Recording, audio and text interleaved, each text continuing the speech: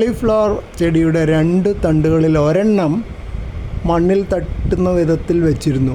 പിന്നെ അതിൻ്റെ മുകളിൽ കുറച്ച് മണ്ണിട്ട് കൊടുത്തു നോക്കി. ഇപ്പം നോക്കിയാൽ കണ്ടില്ലേ, അവിടെ 2 കുഞ്ഞ് വേരുകൾ വന്നിരിക്കണു. ഇത് ഞാൻ പ്രതീക്ഷിച്ചില്ല. ഞാൻ വിചാരിച്ച കോളിഫ്ലവറിന് അങ്ങനെ വരില്ല എന്നാണ്. ഏതായാലും ഇനിയിപ്പോൾ അത് നിരീക്ഷിക്കണം. ഈ വേരുകൾ നന്നായി വരികയാണെങ്കിൽ പിന്നെ ഒരു സൂത്രം ചെയ്ത് നോക്കാറുണ്ട്, ലെയറിങ്. അത് പക്ഷേ കുറച്ച് കടന്ന കൈയായി പോവും. കോളിഫ്ലവറിന് പതിവുള്ള കാര്യമല്ല എന്നാണ് എൻ്റെ വിചാരം. നല്ലോണം വേര് വരികയാണെങ്കിൽ തണ്ടിൻ്റെ ഇപ്പുറം ഒന്ന് മുറിച്ച് നോക്കണം എന്താ സംഭവിക്കുകയെന്ന്. ഏതായാലും പരീക്ഷണങ്ങൾ നടക്കട്ടെ. കാരണം ഈ കോളിഫ്ലവർ കൊണ്ട് ഇതുവരെ ഉപയോഗമൊന്നും കണ്ടില്ല. സാധാരണഗതിയിൽ ഇതിന് മുമ്പേ കോളിഫ്ലവർ ഉണ്ടാവേണ്ടതാണ്. പറമ്പിലൊക്കെ നട്ടാൽ അങ്ങനെയാണ് പതിവ്.